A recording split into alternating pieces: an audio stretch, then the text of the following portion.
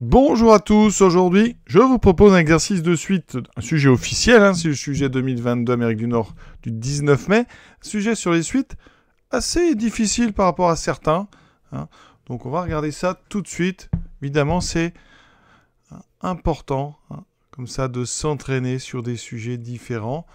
On a ici des suites avec en même temps des probabilités. Donc proba suite, rien que le nom des fois les élèves ça les panique un petit peu, Vous allez voir que c'est pas très très compliqué, mais ça reste des choses qui sont moins habituelles que des simples suites arithmético-géométriques. Donc on est parti dans une région touristique. Une société propose un service de location de vélos pour la journée. La société dispose de 2 points de location, le point A, le point B. Et les vélos peuvent être empruntés et restitués indifféremment dans l'un ou l'autre des 2 points de location. Voilà. Le nombre de vélos total est constant. Et à l'ouverture du service, chaque vélo se trouve au point A ou au point B. D'accord ? Et on vous donne 2 phrases importantes. Donc la première, si un vélo se trouve au point A un matin, la probabilité qu'il se trouve au point A le matin suivant est égale à 0,84. Donc ça, c'est les probas conditionnels qu'on est en train de vous donner. Et si un vélo se trouve au point B un matin, la probabilité qu'il se trouve au point B le matin suivant est égale à 0,76. Voilà. Donc on vous donne les conditions de départ ensuite, toujours important, à l'ouverture du service, donc le premier matin, la moitié des vélos sont au point A et la moitié sont au point B. Voilà. On nomme les événements. AN, c'est le vélo se trouve au point A le nème matin. Donc on prend un vélo au hasard. Et BN, ce vélo, pris au hasard, se trouve au point B le nème matin. Voilà. On va donc étudier en fait la position d'un vélo au fur et à mesure du temps. Et tout ça, bien sûr, avec des probabilités. Donc, on démarre tout de suite avec un arbre. Alors, cet arbre, c'est donc A1, B1, A2, B2, donc c'est les premières étapes. Donc, on vous dit quoi? Donc, le premier matin, on a la moitié des vélos au point A, la moitié au point B. D'accord? C'est pour ça ici que dans le texte, on considère que le premier terme de la suite A1, c'est 0,5, et bien, c'est 0,5. C'est-à-dire que le vélo choisi au hasard a une chance sur 2 d'être en A, ou une chance sur 2, évidemment, d'être en B. Donc, ça veut dire qu'ici, on va mettre directement 0,5, 0,5. Il n'y a rien à dire, c'est donné dans le texte. Donc j'écris ici 0,5. Donc c'est bien la probabilité que le vélo se trouve au point le premier matin, donc c'est 0,5. Maintenant le deuxième matin. Alors la phrase en bleu. Si le vélo se trouve au point A, donc si on est ici en A1. D'accord? Ici, si on est en A1, je vais prendre un stylo plus foncé.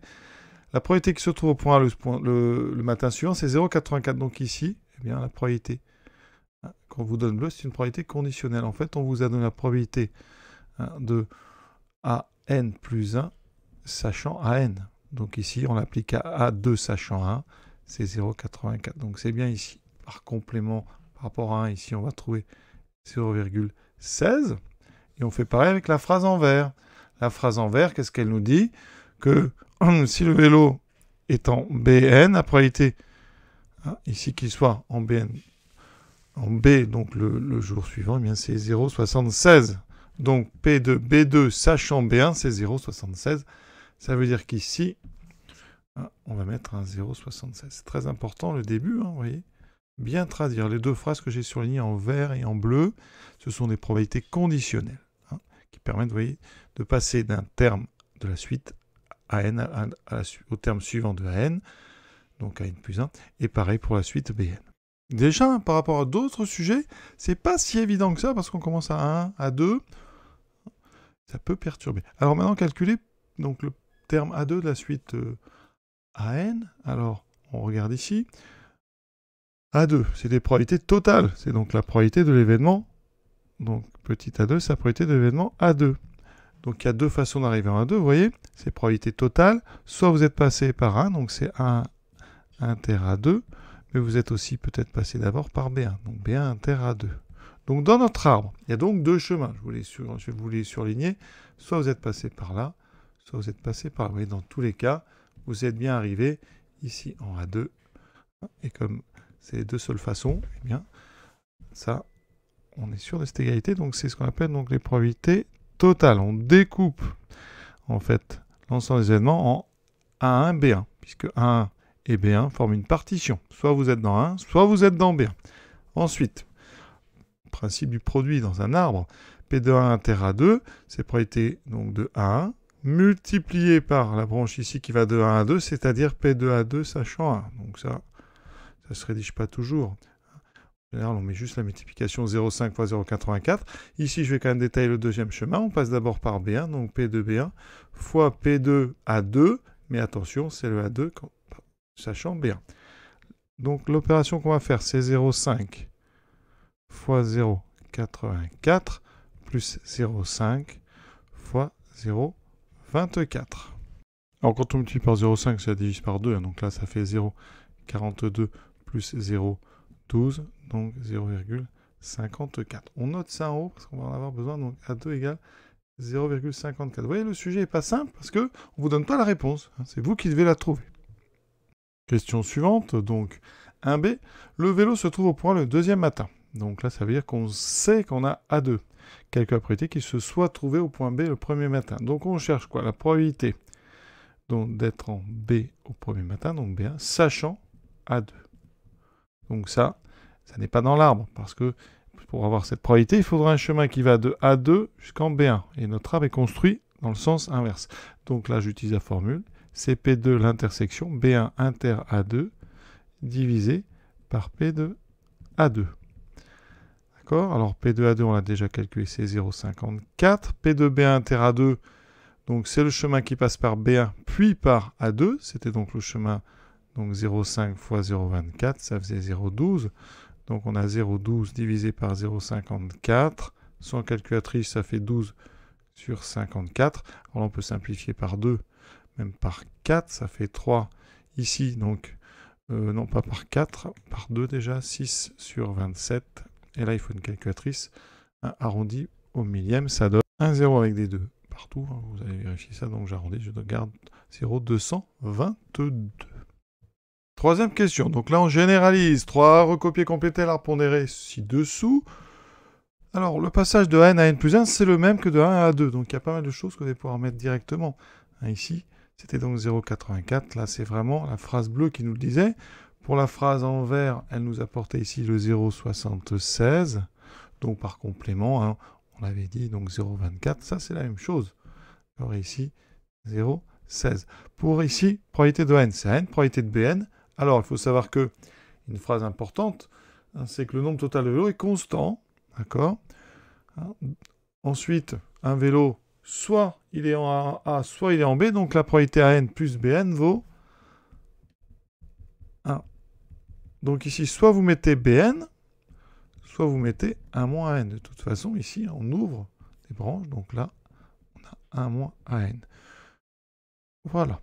Vous voyez, on n'a déjà plus qu'une suite ici. Il n'y a plus AN et BN. On n'a déjà finalement plus qu'une suite inconnue. Justifier que pour tout entier naturel non nul, AN plus 1 est égal à 0,6 AN plus 0,24. Alors ici, on va encore utiliser les probabilités totales. Pourquoi? Pour calculer la probabilité de l'événement AN plus 1. AN plus 1, c'est donc c'est le terme de la suite petit AN. Ouais, donc ici, c'est AN plus 1. Probabilité totale, comme tout à l'heure. C'est pour ça qu'on a bien fait le travail avant. AN plus 1, vous avez deux façons d'y arriver, par ici ou par là. Ça veut dire qu'ici, on utilise encore une partition, la partition AN-BN. Donc, soit eh bien, vous êtes passé par N pour arriver en N plus 1, soit vous êtes passé par BN. Et ça donne ceci. Effectivement, encore une fois, AN et BN forment une partition. C'est-à-dire soit vous êtes dans N, soit vous êtes dans BN. Ensuite, dans notre arbre, on a donc des multiplications. J'ai donc ici P de AN, donc petit AN, fois 0,84, plus le chemin du bas. Alors certains auront laissé BN, d'accord, je vais le laisser pour le premier calcul, fois, donc ici, 0,24. Donc ici, on continue, alors je vais écrire dans l'autre sens, 0,84 fois AN. On nous donne des résultats où il n'y a plus de BN, donc c'est là que naturellement on se dit, bon, il faut que je me débarrasse de BN, et BN, ben, c'est 1 moins N, ça il faut y penser, voilà, fois 0,24. On développe cette parenthèse, on a donc 0,84 AN, plus 1 fois 0,24, moins 0,24 fois AN. Quand vous ajoutez ensemble les termes où il y a des AN, ça fait 0,84 moins 0,24, ça fait 0,60, c'est-à-dire 0,6 AN plus 0,24. Et ça, c'est pour tout n. Alors comme la suite commence à 1, c'est donc pour tout n appartenant à n étoile. Donc effectivement, ça explique ce naturel non nul. Voilà, parce que la suite AN démarre à A1. Et BN aussi. Maintenant, on s'attaque à une récurrence. Alors, c'est pas la récurrence la plus classique qu'on ait vue. C'est pas un encadrement, c'est un terme général. Donc, pour démontrer un terme général, vous allez voir, on va partir de n plus 1. Alors, tout d'abord, pour faire une récurrence, on initialise. Donc, ici, initialisation, c'est donc pour n égale 1. Parce qu'on est un entier naturel non nul. Donc, initialisation pour n égale 1. Qu'est-ce qui se passe? Alors, on sait que 1 vaut 0,5. On va calculer notre formule. Donc, ici, sans dire que c'est à 1. Donc 0,6 moins 0,1 fois 0,6 et à la place de n je mets 1, je calcule. Ça fait 0,6 moins 0,1 fois 0,6 puissance 0. 0,6 puissance 0, ça vaut 1, donc j'ai 0,6 moins 0,1 fois 1. Donc 0,6 moins 0,1 qui fait bien 0,5. Donc la formule elle est vraie, l'expression elle est vraie pour n égale 1. Donc maintenant on passe à ce qu'on appelle l'hérédité. Pour l'hérédité, on prend donc soit n, appartenant donc à n étoile, puisqu'on est entier naturel non nul, tel que, eh bien la propriété est vraie, donc tel que n est bien égal à 0,6 moins 0,1 fois 0,6 puissance n moins 1. Quand on veut montrer un terme général, on part de n plus 1. On écrit ce que nous donne la relation de récurrence, donc 0,6 à n plus 0,24. Et on utilise à cet instant-là, à cet endroit-là, ce qu'on appelle l'hypothèse de récurrence, c'est ce que vous avez supposé. Donc ici, donc je remplace AN par 0,6 moins 0,1 fois 0,6 puissance n moins 1, plus 0,24. C'est important de savoir attaquer une récurrence. Il y a plusieurs types de récurrence. Si vous voulez, je vous mettrai un lien vers une vidéo que j'avais faite où j'expliquais vraiment les 3 types fondamentaux de récurrence qu'on a à connaître en terminale. Et ça en fait partie, c'est comment est-ce qu'on attaque une récurrence quand on veut montrer le terme général, c'est-à-dire l'expression de n en fonction de n. Quand on attaque un encadrement, c'est un petit peu différent. Ici, on développe 0,6 au carré, moins 0,6 fois 0,1. Alors, je vais remettre un petit peu d'ordre. Je mets d'abord le 0,1 et le 0,6 après. De façon à mettre à côté 0,6 et 0,6 puissance n moins 1. Là, on utilise une propriété des puissances. 0,6, c'est 0,6 puissance 1. Les exposants vont s'ajouter. Il me reste mon 0,6 au carré qui fait 0,36, moins 0,1 fois 0,6, donc exposant 1 plus n moins 1, c'est-à-dire n, plus 0,24. Le 0,24 s'ajoute au 0,36 pour faire un 0,6. Et on obtient, regardez bien, exactement ce qu'on veut montrer au rang suivant. Donc, effectivement, l'hérédité est démontrée. La propriété est bien héréditaire. L'hérédité est vérifiée. Donc après, vous faites une conclusion. Vous soignez quand même les conclusions. Vous dites, la propriété est vraie. Vous indiquez bien, pour n égale 1, elle est héréditaire. Donc, elle est vraie pour tout n appartenant à n étoile. Ça commence à 1. Et on a terminé cette récurrence. Maintenant, limite de la suite. Alors là, c'est du grand classique. Le nombre 0,6, il est entre 0 et 1. D'accord? Donc, quand on le met à la puissance n, ça fait 0. Ça, c'est le cours. Alors là, ça va gêner certains parce qu'on a une puissance n-1. Eh bien, que vous mettiez à puissance n ou n-1, c'est la même chose. La limite ne va pas changer. Les termes de la suite 0,6 puissance n et 0,6 puissance n-1 sont les mêmes. Ils ont juste un petit décalage. Autre façon de le faire. Vous pouvez considérer que 0,6 puissance n-1, c'est 0,6 puissance n fois 0,6 puissance moins 1. Autrement dit, 0,6 puissance n sur 0,6. On vient de dire que 0,6 puissance n tendait vers 0. Donc si vous le divisez par 0,6, le quotient tend aussi vers 0. Voilà, une autre façon de le dire, mais vous pouvez directement dire que 0,6 puissance n-1 tend vers 0 si 0,6 est entre ici 0 et 1. Alors ça aurait marché aussi entre moins 1 et 1 strict. Voilà. La limite de moins 0,1 fois 0,6 puissance n-1 est égale à 0.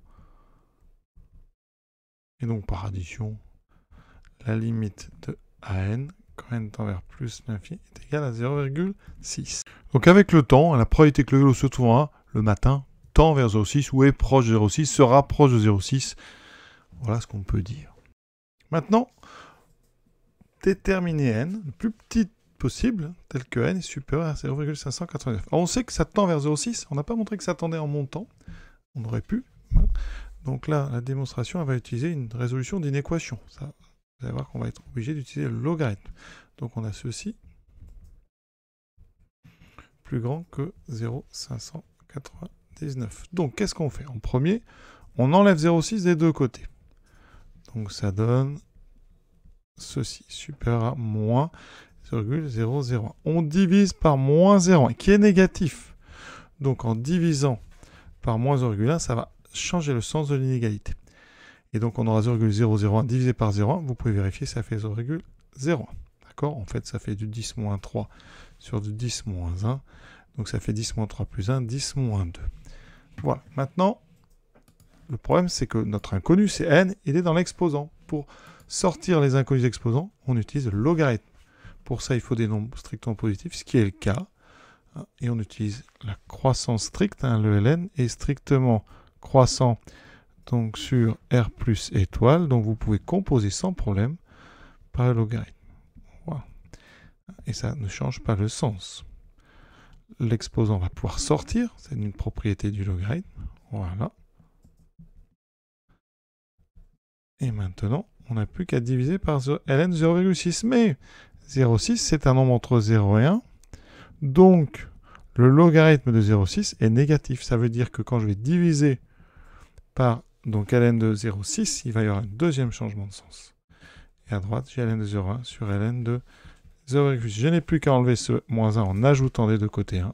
J'obtiens ln de 0,01 sur ln des 0,6 plus 1. Là, je prends la calculatrice. Je retrouve des 0, 15, 151, etc.